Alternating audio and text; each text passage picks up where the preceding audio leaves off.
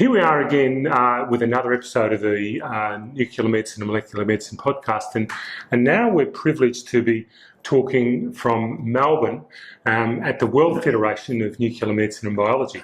And it's really an exciting meeting because a key part of this is how international nuclear medicine has become, and how particularly in this region, in the Pacific region, how important our nuclear medicine players have become. It's not just the US, it's not just Australia, but really other countries in the region, Japan, China, Korea and so on, are making a huge difference in the world of nuclear medicine.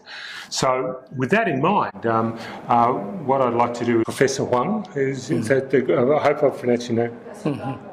Huang, and I'd like to, and he's going to. I would like to ask him a few questions about his involvement, because he's going to be hosting the next meeting in Shanghai, and this is a very important meeting, and we'd love you to come, because I think some of the things we're learning here are going to be even more exciting in the upcoming meeting. So firstly, I guess one of the questions I'd like to ask is how is the Chinese influence in nuclear medicine, how has that changed over time, and how is that important now?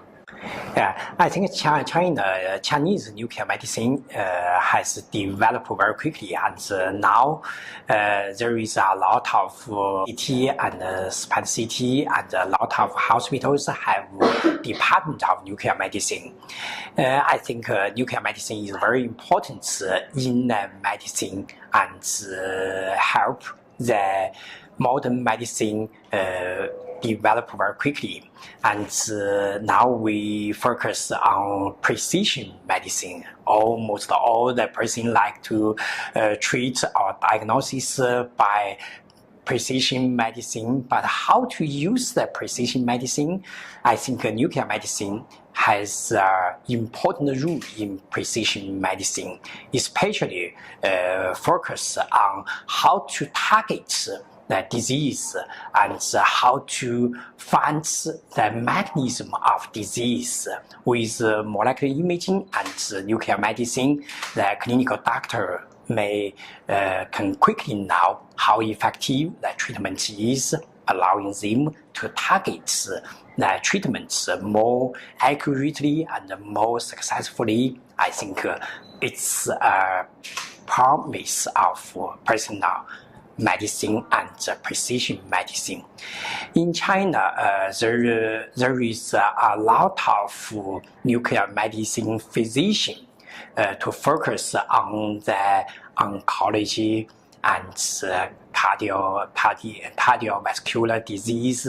They use the method of nuclear medicine to diagnosis and treatments. I hope in the Asian Oceania School of Nuclear Medicine, we can provide the professional training program and continue education to promote the national level and usage of nuclear medicine, and also to promote the development of nuclear medicine, not only in China, but also in Asia, Oceania region, and in the world. Yes, we've seen today where that's been very important. We've seen input from all sorts of countries in Asia, and it's great to see that input from everywhere, from Thailand to Japan to Australia, New Zealand. All sorts of countries are benefiting from working together in this process, and it's quite amazing. And you're right about precision medicine. I think the ability of nuclear medicine to measure a disease is very important, because if you can measure a disease, you can measure how effective the treatment is. Yeah. And what's great about the precision medicine and theranostics we're talking about is not only can you measure the disease, but you can actually use the radioactive material to also treat, in a lot of cases, the disease. Yeah. I think this is a great thing, and I think this is really where I think the future of nuclear medicine is heading, I think, in many respects. Yeah. one of the things is interesting in China is how that has influenced the technology around the world now. Yeah. So a lot of the technologies from China have now started to be developed in China and be released. Rather than China adopting other technologies, they're adopting technology of their own. For example, they now produce SPECT-CT scanners. They now produce radiopharmaceuticals. How do you think that's going to influence the world? Not only China, but in Asia. Do you think Asia is going to be driving the future rather than the other countries? Yeah, I think now the development of nuclear medicine in China is very quickly, but we have some limitation about the radiopharmaceuticals or I think the human resources. We need a lot of professionals in nuclear medicine to do this work, but the number of professionals in nuclear medicine is limited. We should cultivate more talents to do the nuclear medicine and to research some relevant problem of nuclear medicine and resolve it. Radiopharmaceuticals is one of the most problems in nuclear medicine, I think. So in China, we have a lot of radiopharmaceuticals, the professors of radiopharmaceuticals to focus to resolve or to find some new radiopharmaceuticals or find some new isotopes to use the nuclear medicine and to find the better imaging. Yes. Well, I think in Australia we source a lot of our radiopharmaceuticals from China. Yeah, thank you. Yeah. Yes. Oh, really? Oh, yes. Hawaii, for example, they produce a lot of the more advanced pharmaceuticals for the precursor pharmaceuticals for the amyloid imaging. Yeah. That comes directly from China. It used to come from Europe, but now it comes from China, and in fact, it comes from Shanghai. Oh. So, so it's very exciting to see how China is influenced. It was announced today that there's an Asian Oceania School of Nuclear Medicine. Do you think this will help with this education process? Yeah, the Asian Oceania School of Nuclear Medicine is part of Asian Oceania Federation of Nuclear Medicine and Biology, which provides the professional training program and continuing education to promote the national level or regional level of and usage of nuclear medicine. We hope this school will focus to promote the development of nuclear medicine, especially focus on the cultivating the professionals of nuclear medicine, not only in China, but also in Asia and Oceania regions.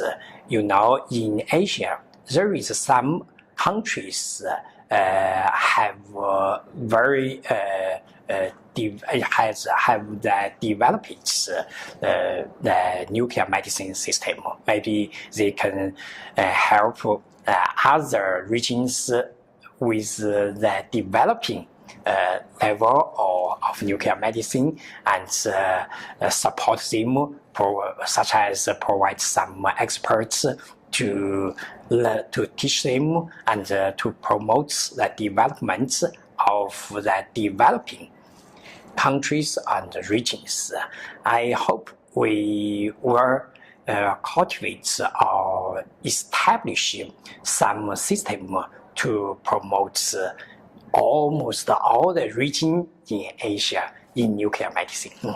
Yes, well, I saw this morning Bangladesh, for example, noted in particular how important China was in providing educational resources to their country to develop their nuclear medicine. Yeah. And the good thing about nuclear medicine, it applies across all countries, developing or rich.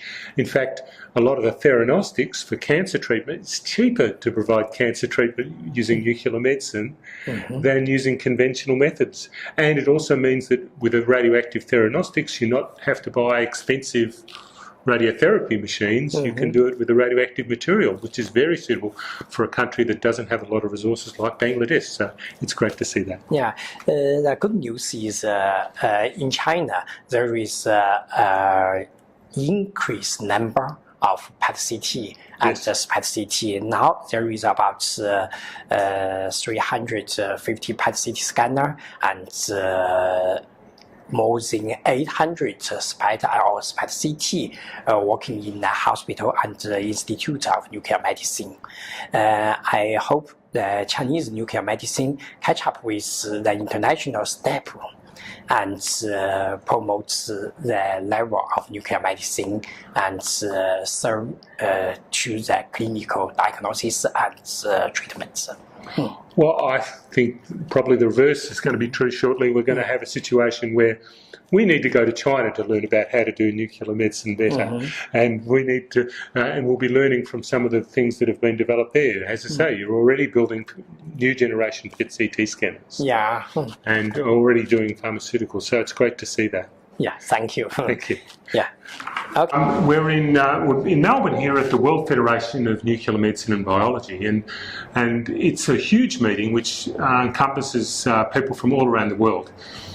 And part of that is, to make this happen, is that you really need sponsors who appreciate the value of nuclear medicine and who can really make it happen. The diamond sponsor for this event is Chartwell and Chartwell Medical, and we've got Dr.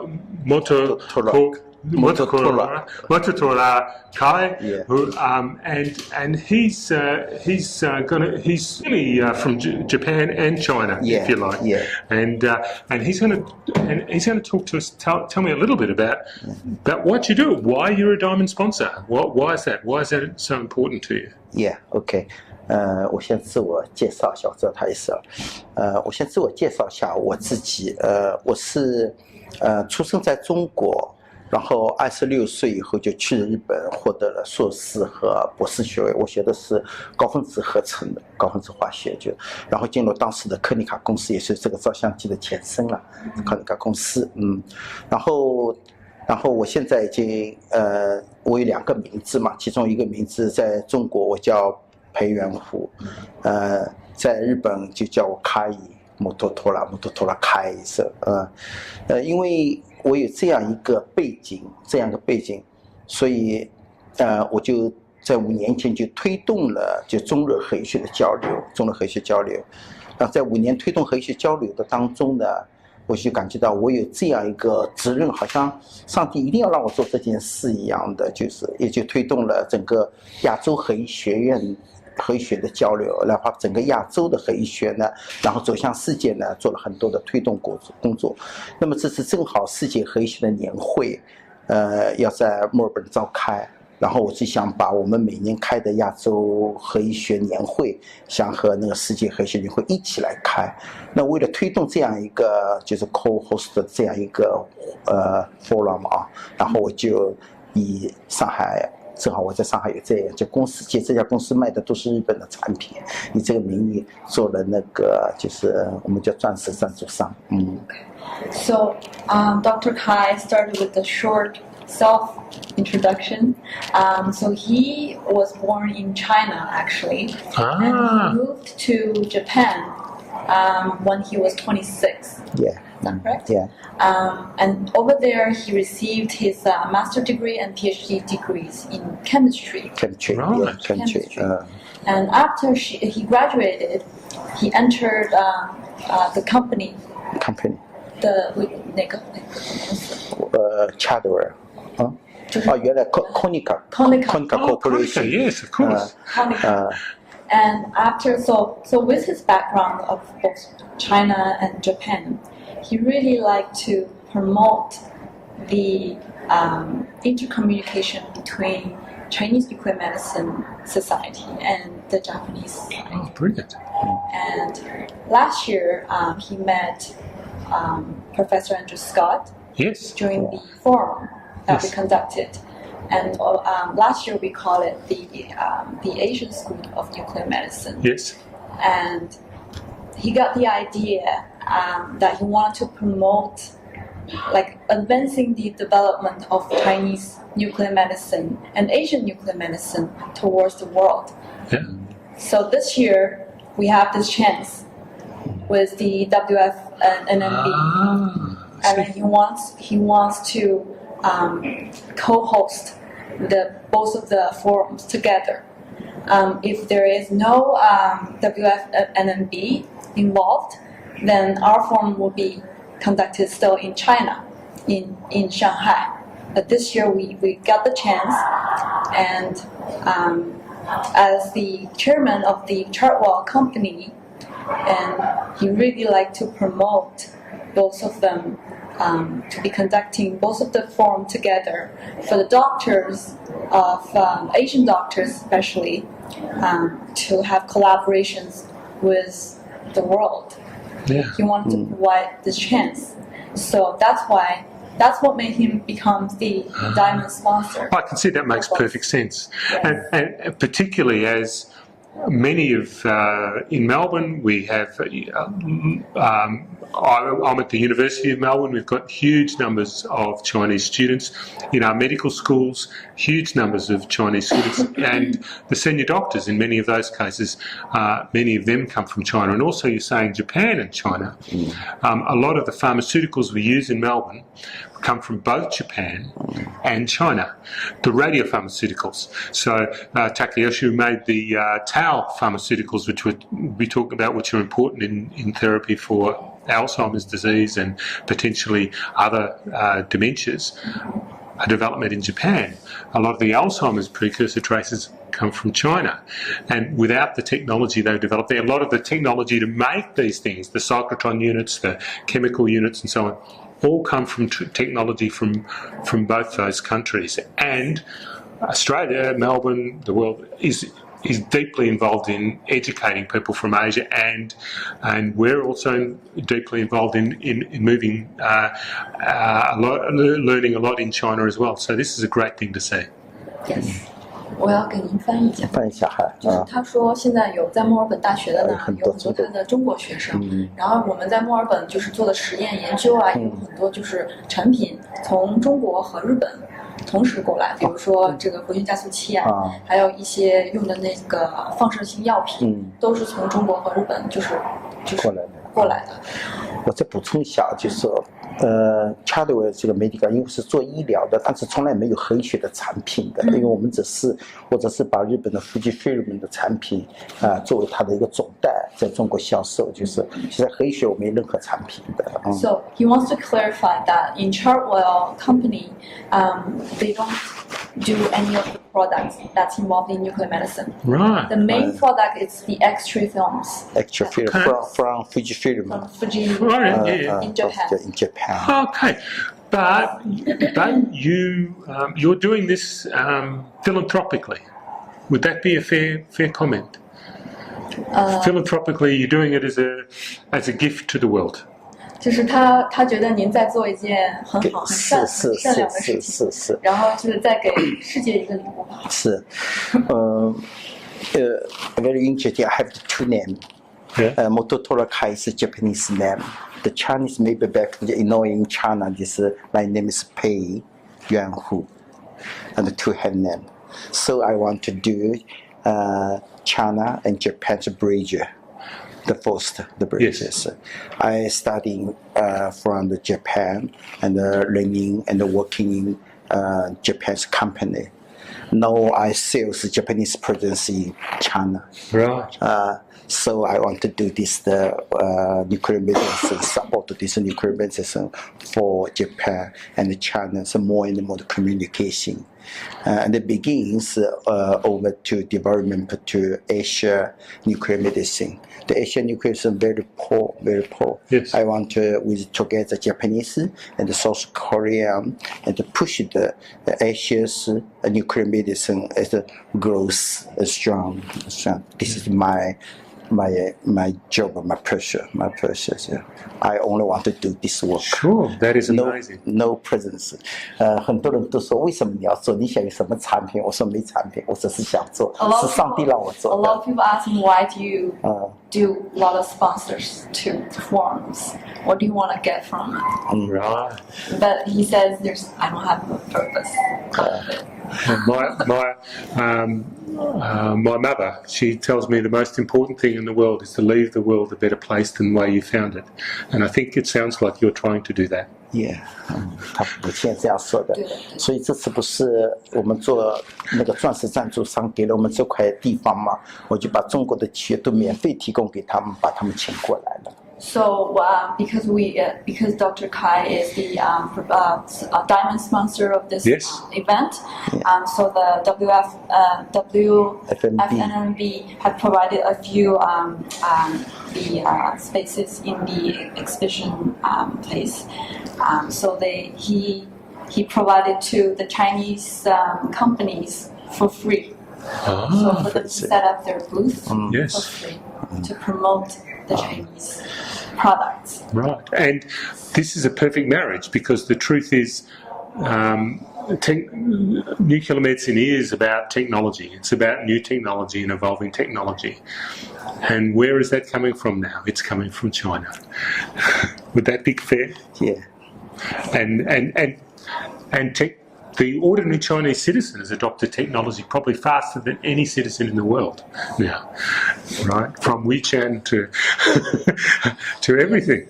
And so I think part of that is that's the way, that's the skill, that's the gift that the Chinese can have for the world, and I think the world should very much appreciate that. Thank you. 我们公司有一个梦想，并不是为了挣更多的钱，想把这个 company 我想做成一个受社会尊重的一个企业，这是我的目的，成立公司的目的。So the company that he wanted to do is for the society to be respected. Yes. Not to earn like too much of the money. Right. Yeah. That's not how he measures a success of the company. My mother would like him. Thank you. It's true. It's true. She definitely would because that's how you sleep well at night. To know that you've done that, to know you've made the world a better place. Thank you. 也就是归纳一下，就两个目的，一个呢就推动亚洲核医学和世界核医学的交流，然后作为大家嘛，还有一个就是帮助中国的核医学的企业走向世界，这就是我作为大家梦的一个目的。So there are two main goals for being the diamond sponsor for this event. First is to promote the Asian nuclear medicine. Towards the world. Yes. So pushing the boundaries of the Asian nuclear medicine. Secondly, he wants to provide a chance for the Chinese enterprises, the companies, to come here and promoting their product to the world. Yeah. That's the main two goals. It's very simple. It's a simple goal, but I think it's going to work. I think it's going to work, and I think Melbourne was really founded by Chinese in 1850s in the gold rush. This city was founded by Chinese. My great-great-grandfather was Mr. Li from Guangzhou. Oh, really? Yes. Grand. And there's a lot of Australians who come from that background, and I think it's important that really we're better learning from each other than competing from each other. I think we work better together than apart, and I think the generosity that you've shown is an example to Australians who should be also doing the same, or to Americans or to Europeans who should say, let's go and sponsor other meetings. Let's go and help other people, and particularly let's help people in Bangladesh. Let's help people in Myanmar. Let's help people in India. India's doing very well, mind you. India's got some great technology as well, but also in other parts of the world that can be Africa, for example. We've got Dr. Sathki here who's doing a lot of work on infection in Africa. There's a lot of work that the whole world can benefit from in that case, and thank you very much for making that happen. Thank you.